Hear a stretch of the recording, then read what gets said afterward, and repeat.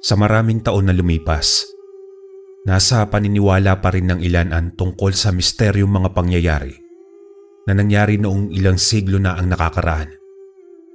Nakatatak na sa isipan ng mga tao ang tungkol sa mga elemento at mga aswang.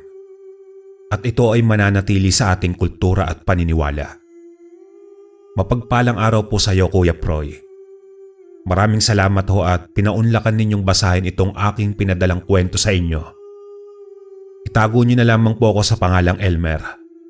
Nasa 70 taong gulang na ako ngayon at kasalukuyang nakatira sa lungsod ng Quezon. Nakapangasawa ako ng taga Quezon kung kaya't dito na ako tumanda. Ang kwento pala na ibabahagi ko sa inyo ngayong araw ay nangyari noong taon ng aking kabataan. Natatandaan ko nasa 23 taon na ako noon nang mangyari sa amin ni tatay ang isang madugong misyon.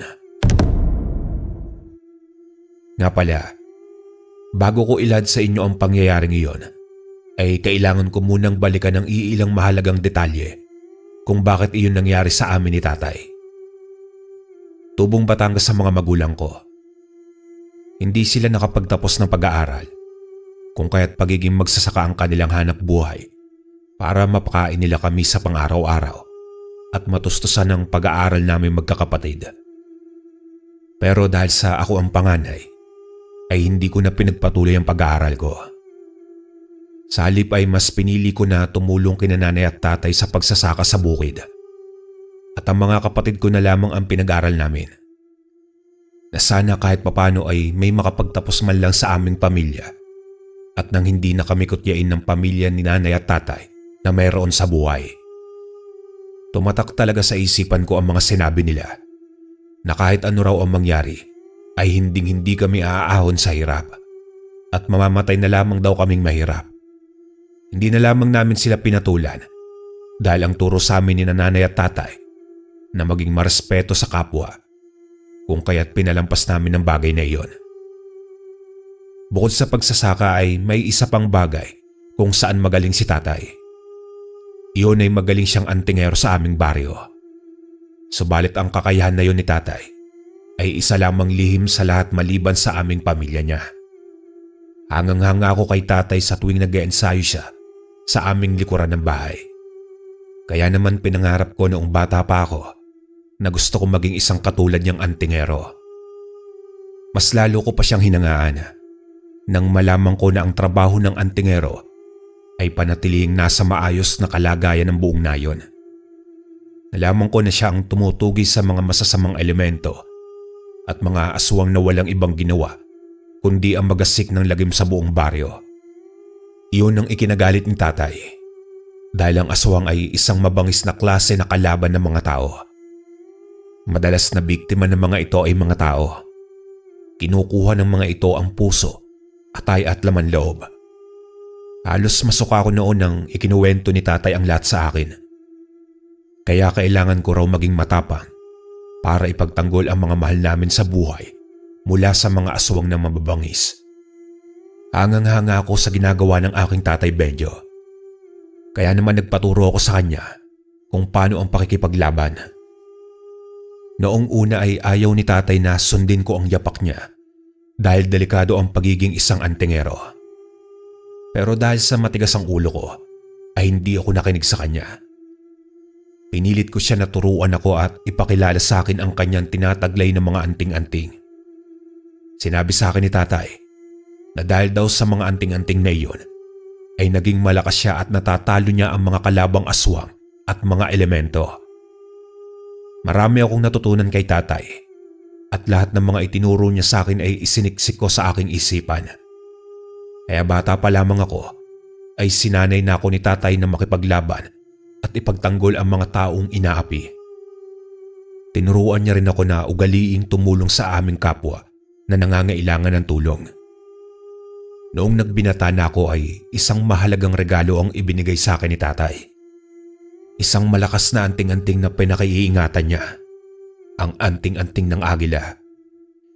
Nagbibigay daw iyon ng kakayahan upang maging mabilis ang kilos, makakita ng malinaw sa dilim, at magbibigay ng lahat ng katangian ng isang agila. Nang nasa akin na ang kuko ng agila, ay pinadasalan iyon sa akin ni tatay. Tinuruan niya ako kung paano ko iyon papalakasin at mas lalo pang patibayin ang kalakasan ng anting-anting oras na humarap na ako sa mga aswang. Isang gabi noon ay lumabas si tatay para hanapin ang aswang na siyang pumatay sa isa naming kapitbahay. Ayaw pa sana niya akong isama noon pero pinilit ko siya. Itay, paano ko po masusubukan ng lakas ng anting-anting na ito kung hindi niyo po ako isasama? Oras na rin para makipaglaban ako at maging isang ganap na antingero. O siya, sige Elmer anak. Halika na, dalhin mo na ang mga kasangkapan na magagamit mo mamaya sa pakikipaglaban. Kailangan nating maabutan si Erning sa kanila. Kung hindi, baka kung sino na naman ang salakayin niya ngayong gabi. Sige po, itay. Saglit lang at ihanda ko po ang mga gamit ko.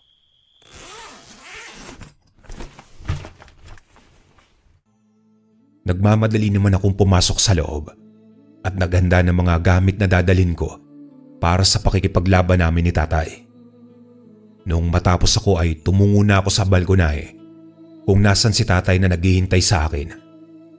Nagpaalam kami kay nanay at marami siyang binilin sa amin. Pinag-iingat niya kaming dalawa. Halos pagalitan na niya si tatay dahil hinayaan daw nito na sumama ako. Kung hindi raw nagkukwento si tatay tungkol sa mga ginagawa nito, ay hindi ako magkakaroon ng interes.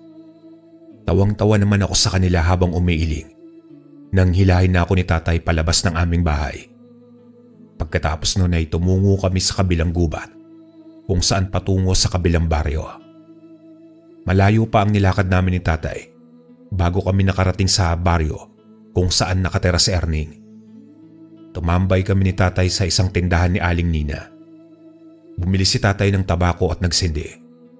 Habang ako naman ay pinagmamasdan ko ang buong paligid para abangan si Mang Erning. Alam din ni Aling Nina na iyon ang pakay namin ng hapon na iyon.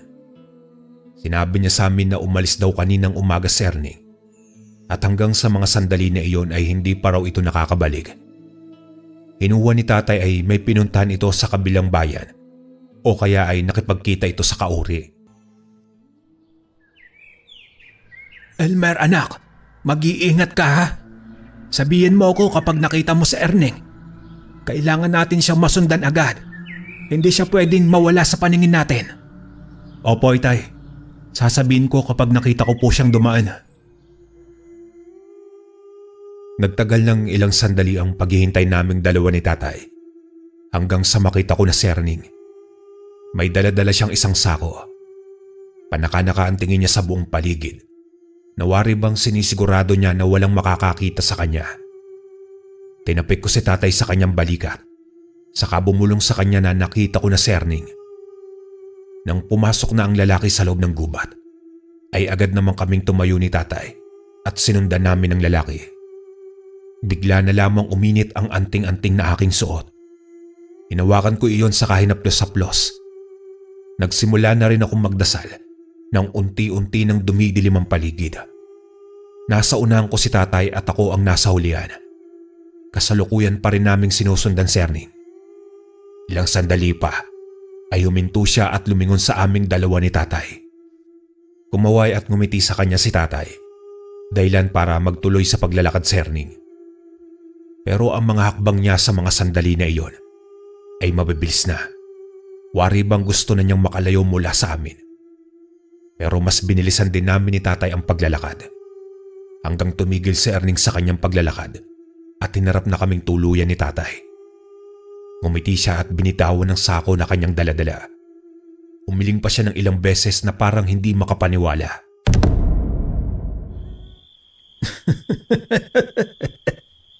Kanina niyo pa ba ako sinusundan?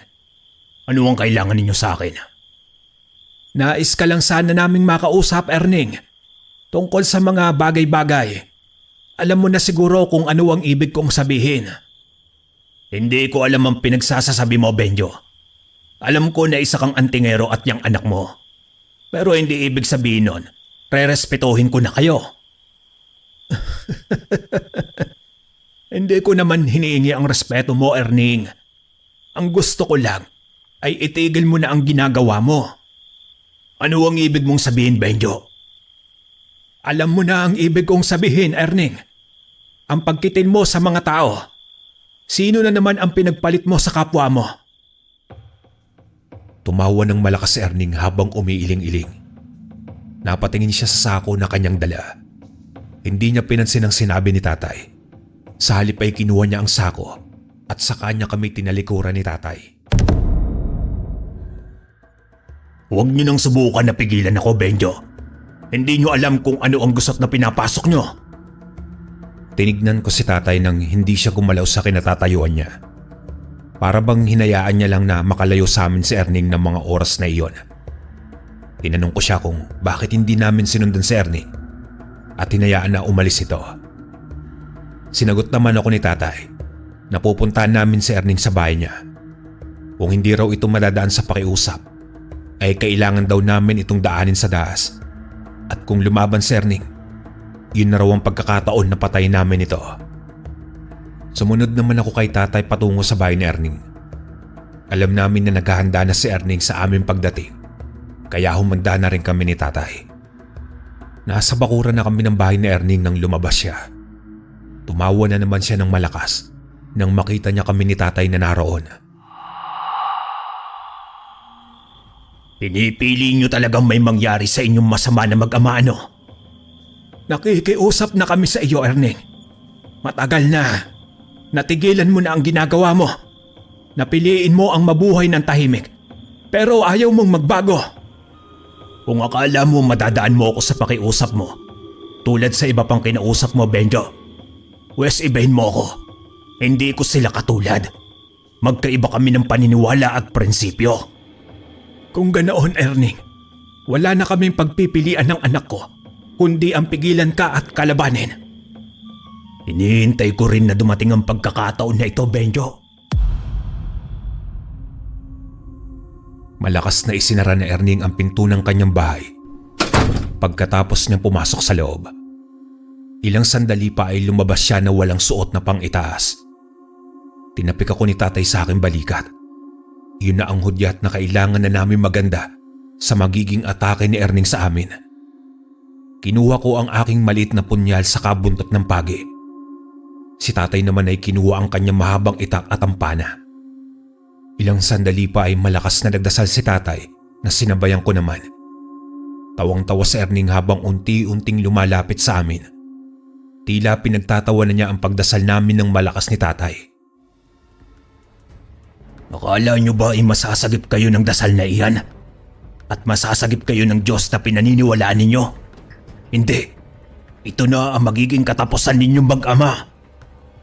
Ang dami mong sinasabi, Erning. Bakit hindi mo nasimulan na kalabanin kami ng anak ko na si Elmer? Tignan natin kung hanggang saan ang kakayahan mo.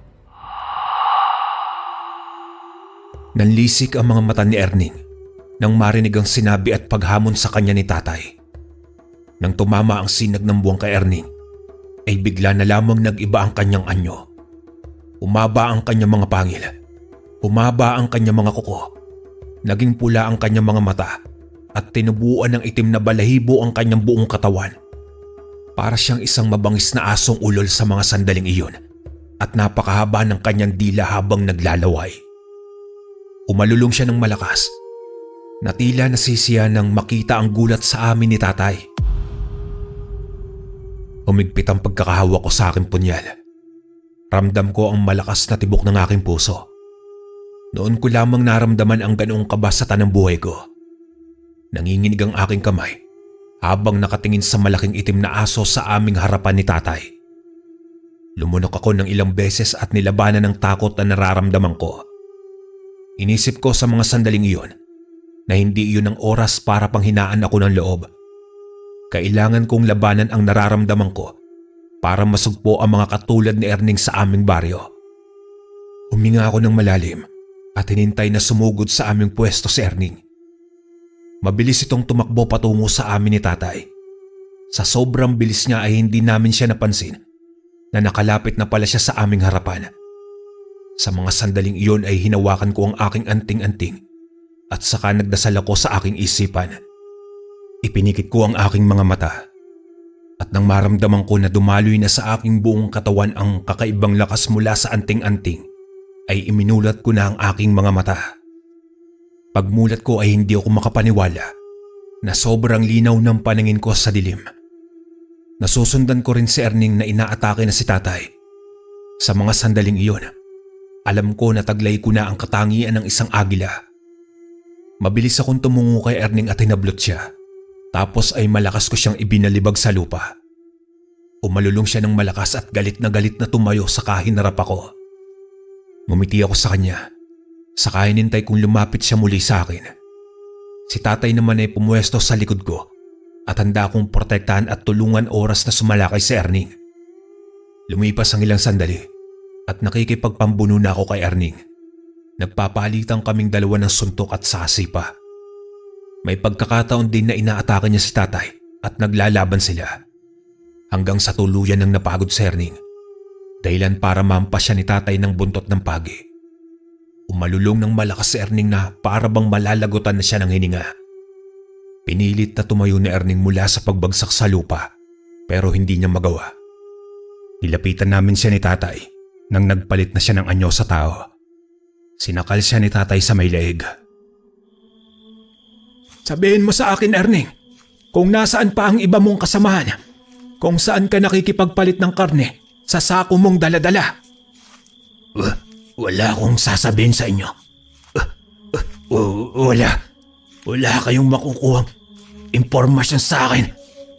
Wala, Benjo. Bago pa muling makapagsalita si Erning, ay mabilis nang itinarak ni tatay ang mahabang itak sa dibdib ng aswang. Nanlaki ang mga mata ni Erning habang nakatitig sa aming dalawa ni tatay. Ilang sandali pa ng pagsagap niya ng hangin at ang pangingisay ay tuluyan na siyang nawalan ng hininga. Bago kami lumisan sa lugar na iyon, ay kinuha ni tatay ang ilang hibla ng buhok ni Erning at ang damit nitong suot kanina. Pagka-uwi namin sa bahay ay agad kami nagsindi ng kandila ni tatay. Kumuha rin ako ng isang maliit na palanggana at inilagay namin doon ang damit na suot na Erning. Ang ilang hibla naman ng buhok na kinuha ni tatay kay Erning ay sinunog sa pamamagitan ng insenso na kanyang sinindihan. Pagkatapos noon ay nagsimulan na kami magdasal ni tatay. Nakapikit pa ang aming mga mata. Sinabihan pa muna namin si nanay kanina na huwag muna kaming gambalain sa sala habang nagdarasal kami ng orasyon para alamin kung saan galing kanina si Erning. Makaranang ilang sandali ay natapos na rin ang dasal namin ni tatay. At kitang-kita namin sa planggana kung saan nakalagay ang damit ni Erning na nakababad sa tubig. Kita namin doon kung saan siya nanggaling kanina. Tumungo siya sa bayan at nakipagkita sa isang lalaki na nakatira sa kapis. Kung ganoon po, itay, sa kapis pa ang ilang mga kasama ni Erning. Ano ang plano mo ngayon? Hindi pwedeng baliwalain na lamang natin ito, anak. Kung hindi natin sila susundan at pipigilan, maaaring kumalat pa ang kanilang lahi sa buong probinsya at bayan. Bukas na bukas, anak. Tutungo na tayo doon agad. Hindi na ito pwedeng ipagpaliban pa. Sige po, itay. Sasama po ako sa'yo. Pero kailangan po muna natin magpaalam kay nanay. Oo, Elmer, anak. At hindi natin sila pwedeng iwan na hindi ligtas sa pamamahay na ito. Kailangan nating gumawa ng mga pangontra laban sa aswang. Natatandaan mo pa ba yung mga itinuro sa'yo ni Lolo Ramon mo? Oo, itay. Sariwang-sariwa pa po iyon sa aking isipan. Kung ganoon, kailangan na natin iyong gawin habang may oras pa tayo. Kumuha na nga kami ng mga sangkap ni tatay saka mga kagamitan. Pagkatapos noon ay gumawa na kami ng mga proteksyon para isabit sa bawat sulok ng bahay namin. Naglagay kami ng mga bawang at asin sa bawat sulok, maging sa mga bintana at pinto. Nang matapos namin gawin ang lahat ng iyon ay nagpahinga na rin kami ni tatay. Kinabukasan ay sinabi namin kay nanay na tutungo kami sa kapis para hanapin ang isa pang aswang na kaibigan ni Erning. Ayaw pa sanang pumayag ni nanay dahil natatakot siya para sa kaligtasan namin ni tatay. Pero nag-usap silang dalawa ng masinsinan hanggang sa pumayag na rin si nanay. Sinabi rin niya na wala na siyang magagawa dahil kahit napigilan niya kaming dalawa ay aalis pa rin daw kami. Pagsapit ng hapon ay tumungo na nga kami ni tatay papunta ng Capiz. Halos ilang oras din na naging biyahe namin hanggang sa makarating na nga kaming dalawa. Itay, paano po natin mahanap ang mga kasama ni Erning? Napakalawak po ng Capiz. Di natin alam kung saan sila matatagpuan. Huwag kang mag-alala anak. Ituturo tayo ng aking anting-anting kung nasaan ang aswang na hinahanap natin. Sa ngayon ay kailangan muna nating humanap ng paupaang bahay, kahit pansamantala lamang. Dahil kapag matapos na natin ang lakad natin dito, babalik naman na agad na tayo ng Batangas. Tumango naman ako kay tatay nang marinig ang sinabi niya. Naglibot kami sa bayan para maghanap ng paupahan. Nang makakita kami at mababa ang rentahan, ay kinuha na namin ni tatay. Bago naman magtakip silim ay naglibot kaming dalawa ni tatay sa buong bayan at nagsimulang magtanong-tanong kung may nakakakilala ba sa isang lalaking matanda na payat na ang pangalan ay Crisanto. Pero wala sa mga tao roon ang nakakakilala sa hinahanap namin ni tatay. Hanggang sa may isang babae ang nakapagsabi sa amin na baka raw sa kabilang bayan pa ang hinahanap namin at wala roon. Kaya pinalipas muna namin ni tatay ang isang gabi at bago kami lumipat sa kabilang bayan. Hindi kami tumigil ni tatay na hanapin ang aswang na hinahanap namin. Hanggang isang araw ay naramdaman namin ni tatay ang pag-iinit ng aming mga anting-anting. Isang matandang lalaki ang aming nakita ni tatay sa isang baryo sa bayan ng Dumaraw. Sinundan namin ito ni tatay at nalaman namin na nakatira ang lalaki sa isang liblib na lugar. Halos wala ng tao sa pinuntahan nito at magkakawatak-watak ang mga bahay sa isa't isa. Hindi na rin abot ng kuryente ang baryo na iyon dahil malayo na ito sa bayan. Kaya gasera na lamang ang tanging ilaw ng mga taga roon. Humanap kami ng isang kubo ni tatay na walang tao. Doon kami pansamantala na tumuloy habang minamatyagan namin ng lalaki. Nakisalimuha rin kami sa mga taong naroon para madali namin silang makikilala. Tinanong pa kami ng ilan kung ano ang ginagawa namin doon. Sinagot naman sila ni tatay na may nahanap lang kami na lalaki na ang pangalan ay Crisanto. At mabuti na lamang sinabi sa amin ng isang matandang babae na kilala niya ang Crisanto na hinahanap namin at sa kabilang baryo lamang daw ito. Noon din ay napansin namin ni tatay ang pagtitig sa amin ng malalim ng lalaking nakita namin sa bayan. Nagpasalamat kami sa matandang babae na nagturo sa amin bago kami bumalik ni tatay sa kubo namin na tinutuluyan. Sigurado ako na kakilala ng lalaking iyon si Crisanto. Malalaman din po natin yan mamaya itay kung tutungo na tayo roon. Bukas na tayo pupunta roon anak. Pakiramdam ko kasi ay may mga matang nakamasid sa ating dalawa sa mga oras na ito. Kaya humanda ka anak. Paparating na sila. Mukhang natunugan na nila ang pagpareto natin. Naganda kami ni tatay ng bawang at asin.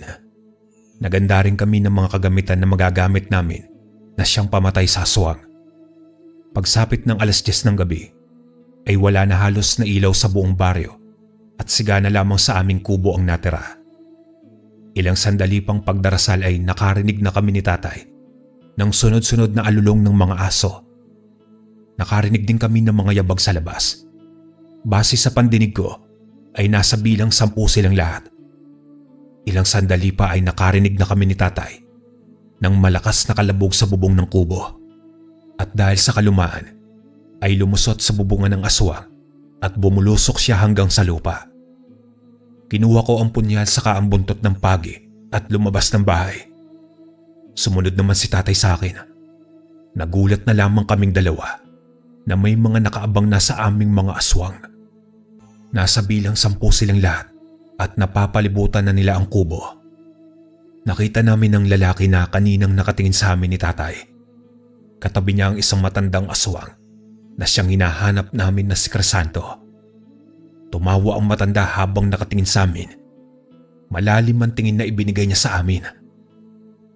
Ano ang kailangan ninyong dalawa at hinahanap niyo ako? Gusto ko lang sana namin makausap at ibalita na wala na si Erning.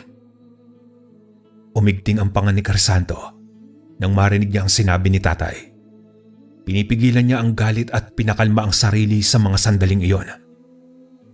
Kung ganoon, tama nga ang hinala ko na isa kayong mga antingero. Kayo ba ang pumatay sa anak ko, Sir Erning? Pasensya ka na. Ginawa lang namin ang nararapat. Ayaw niyang makinig sa pakiusap namin at pinili niya ang makipaglaban. Kaya wala kaming magagawa kundi ang gawin ng tama at iligtas ang sarili namin mula sa inyo. Kahit kailan talaga, wala kayong ibang ginawa kundi sirain ang buhay namin. Masyado kayong mapagmataas. Pakiramdam nyo kasi nagiging bayani na kayo kapag nakapatay kayo ng mga tulad namin. Ito na ang tungkulin namin. Alam mo kung ano ang ibig kong sabihin, Crisanto. Kaya pasensya ka na kung buhay ninyo ang kapalit. Bilib din ako sa tapang ninyong dalawa. Dahil dumayo pa kayo rito sa Capiz para lamang hanapin ako. Pwes, gawin nating isang magandang gabi ito sa inyong dalawa.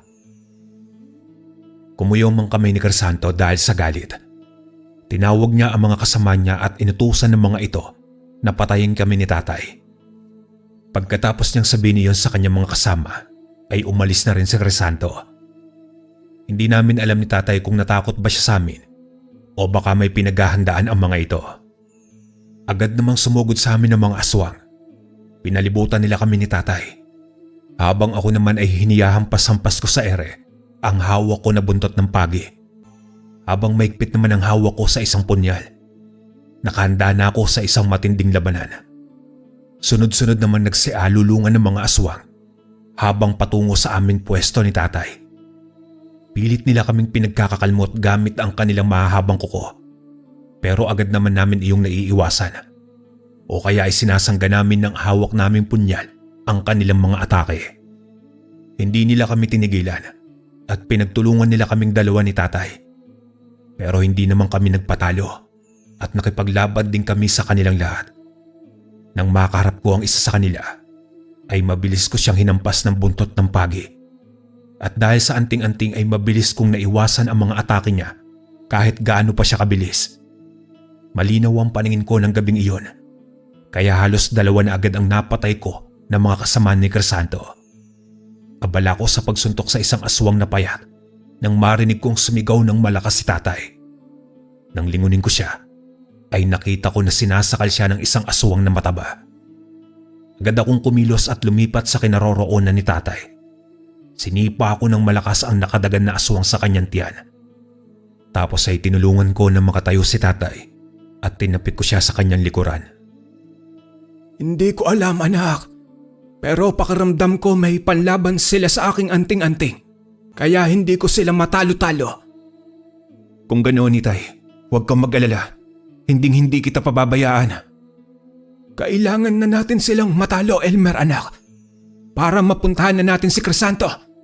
Baka tumakas na naman ang matandang iyon at wala na tayong pagkakataon na mahanap siya. Hinarap muli naming dalawa ni tatay ang mga natitirang kampon ni Crisanto. Isa-isa namin silang kinalaban ni tatay. Kahit na pagod na kaming dalawa, ay pinilit pa rin naming lumaban. Hanggang sa ang mga kalaban ay naging dalawa na lamang. Tinakbo ko ang pagitan na distansya sa amin ng dalawang aswang. Pero agad na tumakbo ang mga ito papalayo. Akma ko na sana silang susundan ng pigilan ako ni tatay. Hayaan na daw muna namin ang mga ito at bukas naman daw kami makikipaglaban sa mga kampon ni Crisanto. Sa ngayon, anak, kailangan na muna natin ng pahinga para may lakas tayo ulit bukas. Hindi natin pwedeng abusuhin ang kakayahan ng ating anting-anting. Dahil kapag pinilit natin, baka ang katawan naman natin ang sumuko. Sige po, Itay. Pero saan naman tayo nito matutulog? Wasak na ang kubo na tinutuluyan natin. Sa amin na muna kayo. Napatigil kami ni tatay sa pag-uusap nang marinig namin ang boses ng isang lalaki. Pagtingin ko sa likuran ni tatay, ay kitang-kita ko na lumabas daw ng isang lalaking payat na sa hinuha ko ay kasing edad ko lang din. Agad naming binunot ni tatay ang matalim naming itak at itinutok sa lalaking bagong dating. Gulat na gulat naman siya dahil doon. Sandali lang, hindi ho ako aswang. Nakita ko lang ang buong pangyayari at ang pakikipaglaban ninyo sa mga aswang. Narito ako para sunduin sana kayong dalawa. Ano ang ibig mong sabihin ha, bata? Kanina pa po ako rito. Papasok na sana ako ng kubo ninyo nang biglang dumating ang grupo ni Mang Crisanto. Nagtago ako sa palikuran ninyo at doon ako naghintay hanggang sa matapos ang labanan. Kaya kitang-kita ko po ang buong pangyayari.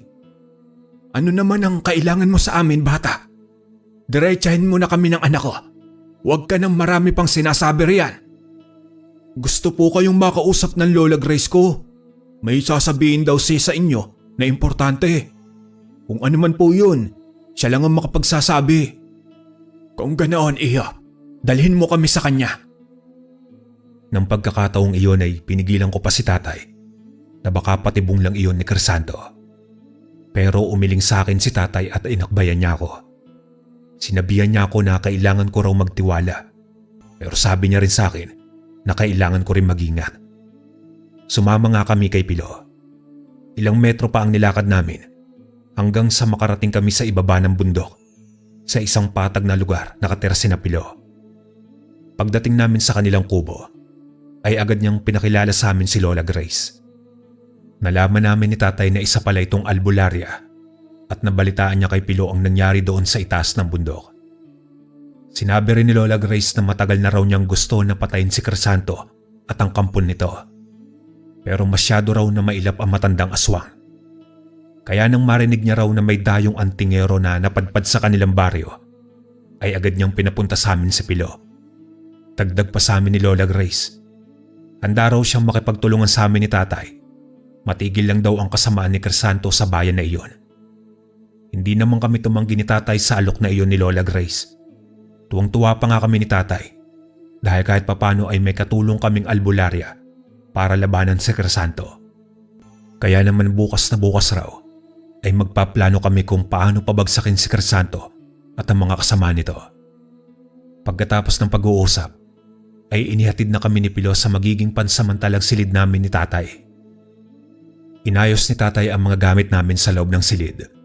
Samantalang si Pilo naman ay tinawag niya ako para ipakita niya lang sa akin ang kanyang silid. Salamat talaga, Elmer. Mabuti pumayag kayo para tulungan si Lola Grace. Yun na lang din kasi ang misyon na hinihintay niya na matapos bago niya lisanin ang mundo na ito. Ano, Pilo?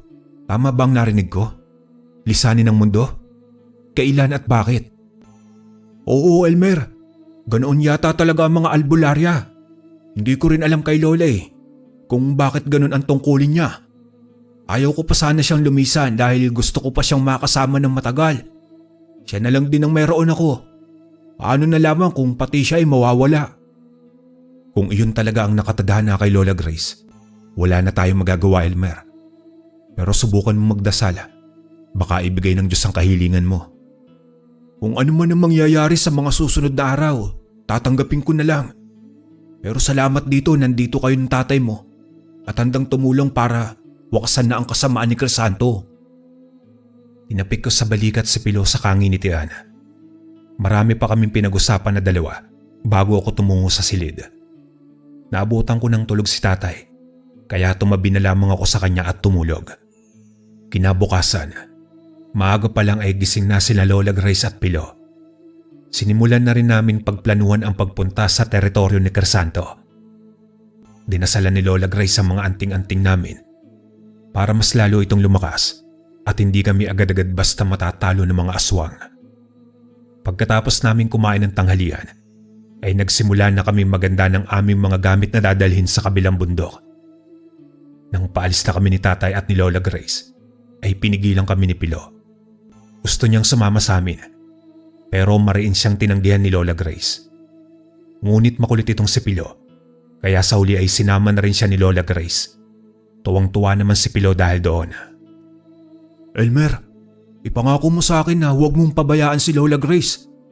Tutulong naman ako kapag kailangan niyo ng tulong. Nag-iensayo rin ako araw-araw, kaya may alam din ako kung paano makipaglaban. Oo, Pilo, pero magtago ka na lang muna.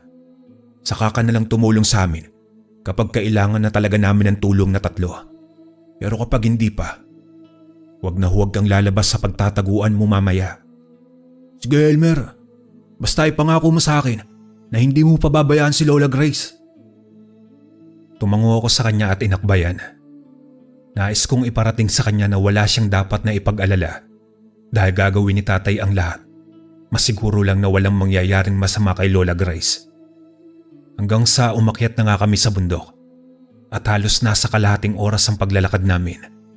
Minsan ay nagpapahinga pa kami mula sa paglalakad dahil mabilis mapagod si Lola Grace. Sinabi naman ni tatay na doon na lang daw silang dalawa ni Pilo at kami na magpapatuloy sa pagpunta sa teritoryo ni Crisanto. Pero ayaw pumayag ni Lola Grace. Kaya naman wala na kaming nagawa kundi sundin ang kagustuhan nito.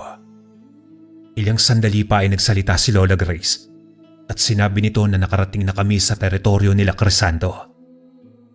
Hindi nga nagkamali si Lola Grace dahil ilang sandali pa ay lumabas na ang matandang lalaki na may ngiti sa kanyang mga labi. Hindi ko akalain na pumarito kayo sa teritoryo ko. Ang lakas naman ng loob ninyo na lumusob dito sa amin. Talaga bang gusto na ninyong mamatay? Arito kami, Crisanto, para pigilan ka sa masama mong balak. Oras na para putulin ang kasamaan mo. Hindi niyo ako mapipigilan. Kahit na magsama-sama pa kayong mga antingero at mga albularyo, wala kayong magagawa sa kagustuhan ko. Tignan natin, Crisanto. Huwag ka na kasi magmatigas. Isuko mo na ang itim na bertud. Handa naman kaming tulungan ka na magbago. Hindi ako papayag.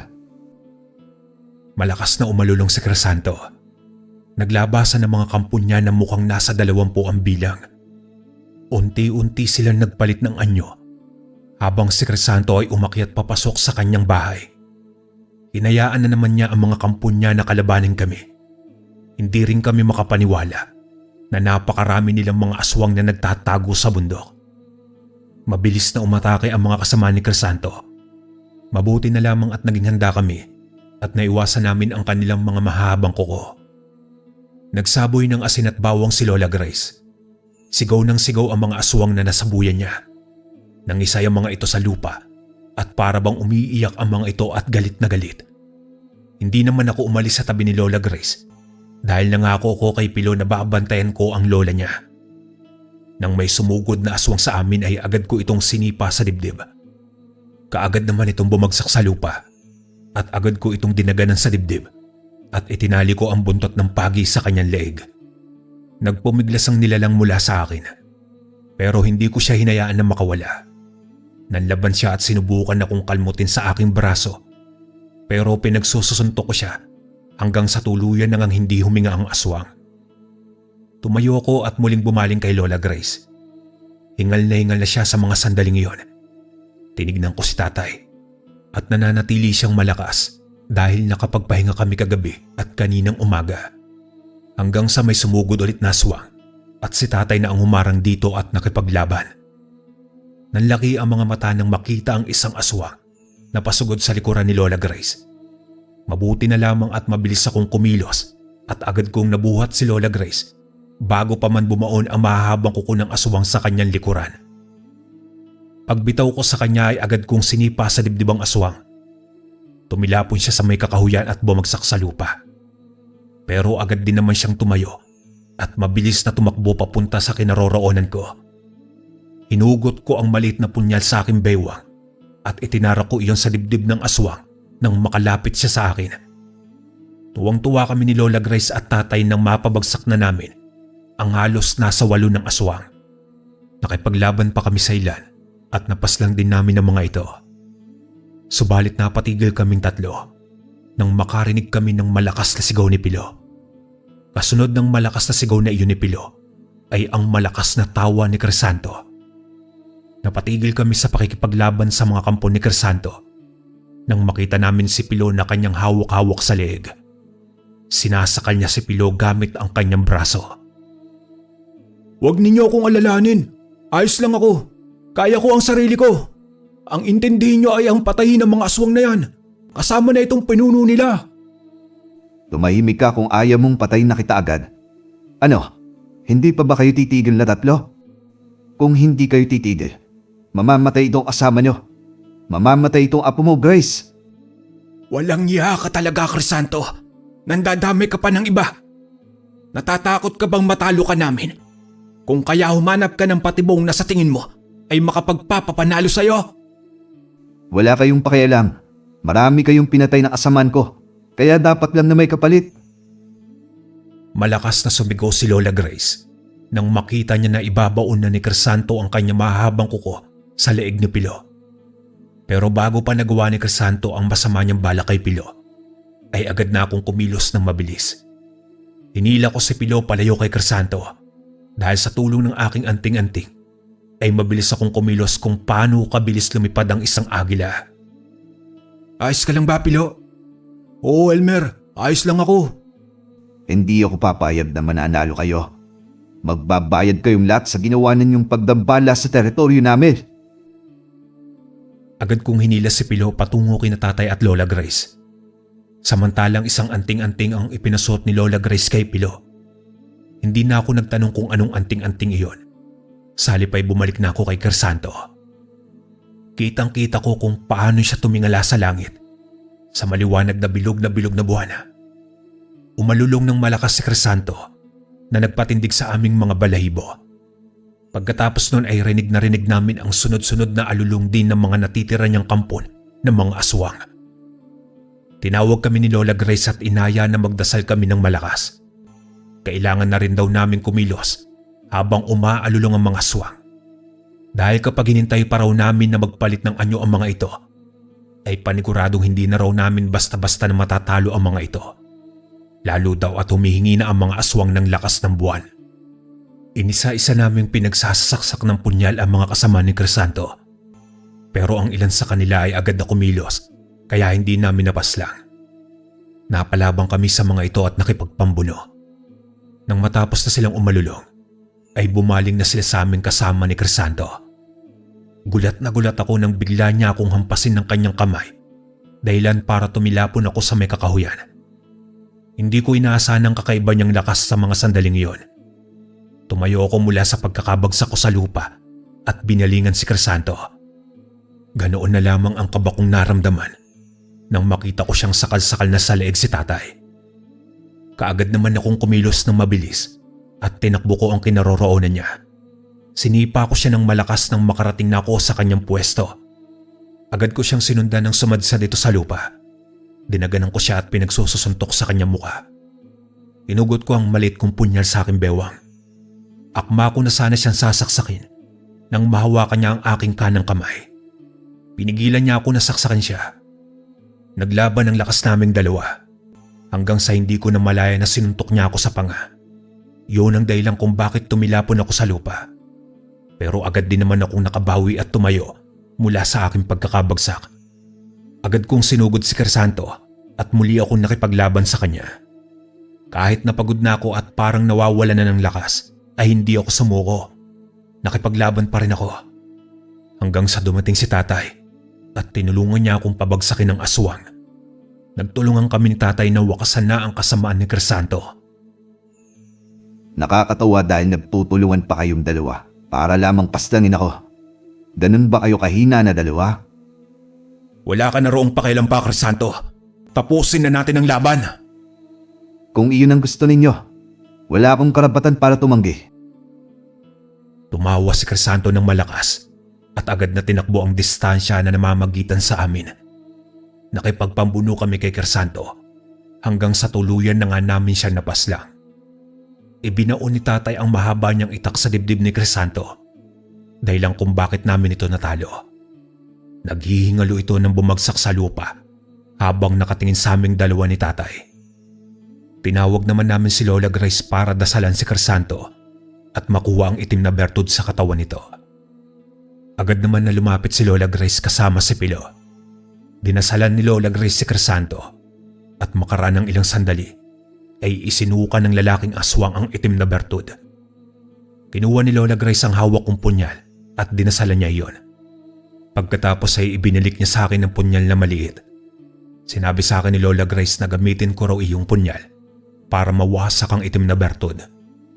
Yun na lamang daw ang paraan para hindi na ito makipagpinsala ng ibang tao na bibiktimahin nito. Hindi na ako nag-aksayang pa ng oras at malakas kong itinarak ang dulo ng punyal sa itim na bertud. Ilang ulit kong itinarak ang punyal hanggang sa tuluyan na itong nawasak. Pagkatapos na mawasak ang itim na bertud, ay sinabuyan ito ni Lola Grace ng agua bendita. Kitang-kita ng dalawa kong mga mata ang pagkalusaw ng bato na tila pinalamon ito ng isang asido. Bago namin lisanin ang bundok ay sinigurado na muna namin na patay na talaga si Crisanto at ang iba pang mga kasama nito.